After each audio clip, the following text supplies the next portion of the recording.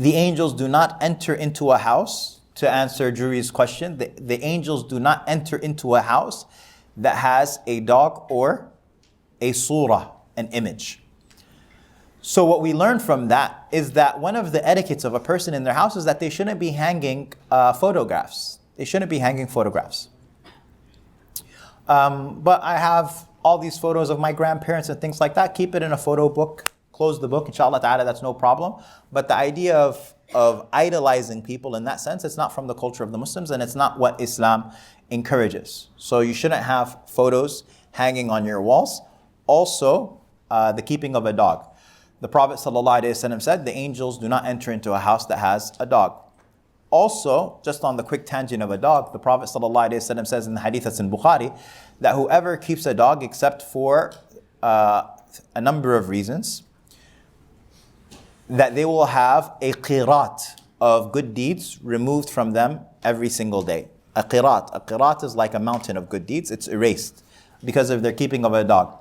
Except for a dog of what? Except for a dog of a guardian dog. Not a guardian dog. A guard dog. That's the word I was looking for. A guard dog, I was close.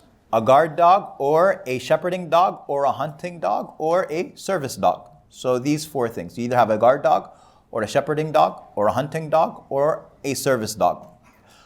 Yes? Did the Prophet say surah or He said surah. Surah. But by the way, just so you know, the Prophet said surah, which is an image. And yes, during their time, they didn't have photographs, right? So their surah is an idol. Their surah is a sculpture. That's what I meant. Suratun laha dhil, 3D. That being said, so there might be a difference of opinion on this, but I would err on the side of caution and not have photographs hanging in your house. Yes, but I just want to say about the dogs, because we obviously live in a culture. We live in a culture where dogs are man's best friend. And you're not divorced from your culture. It's impossible. You know, it's impossible to not be affected by the culture that you live in. And so with every generation that passes by, you're going to have more and more Muslims who are like, why can't I have a dog? I just want you to appreciate this. How many different types of pets are you allowed to have? Everything except dog. You can have a bear if you want. You can have every type of cat. You can have, but it's to me, it's no different than Allah subhanahu wa ta'ala telling Adam, this is all Jannah.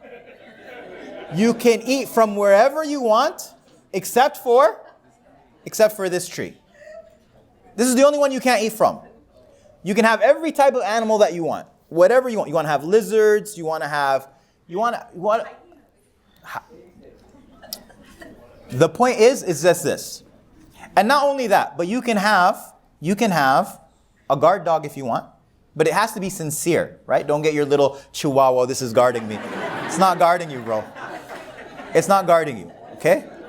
So your poodle is not guarding anybody. But also, even if you have a guard dog, there be a reason for it. You don't just go, okay, I guess I'll grab a German Shepherd and I'll.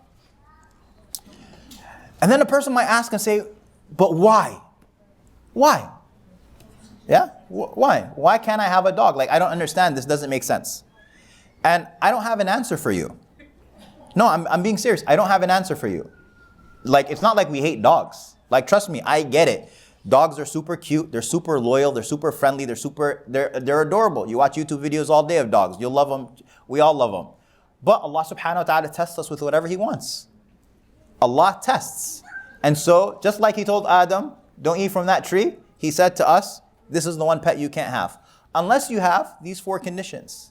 And to be honest, I don't know, I have my own feelings. But that's where the text ends. As for my own feelings, I have my own feelings as to... I mean, my own feelings is if it's like, I live in an apartment building, and I'll see a person come into the elevator, and the dog is bigger than them. No, I'm serious. The dog is bigger than them. It's huge. And I'm wondering to myself, how could this dog be happy in this small space? Was this dog designed to be in such a small confinement? And then you leave for work 8 hours a day, 9 hours a day, and you hear this dog crying.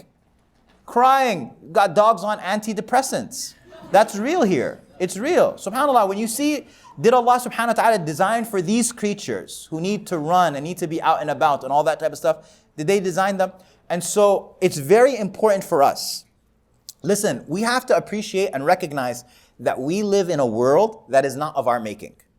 The world that we live in, that Allah chose for us to live in, it has been a world where there are, a world that's been colonized, a world that has not been framed by any sort of Islamic ideas. So you go to the city of Istanbul, for example, and you see the way that dogs are respected and treated and vaccinated and loved, but they're not inside people's homes. They're out on the street and people enjoy them and enjoy their company, but they're not in the homes. We live in the Western world, obviously, where there are different viewpoints with regards to how dogs are kept. And instead of just absorbing it, especially when it comes with a serious prohibition, or feeling some sort of crisis in my faith because I can't have a dog, no. I have to have confidence in my faith and say, you know what? Let me see how this could be resolved. Maybe I get a property with a dog, and maybe it's even better for the dog, right? Because the Prophet ﷺ was sent as a mercy to the worlds, and part of that was he was a mercy to man's best friend as well.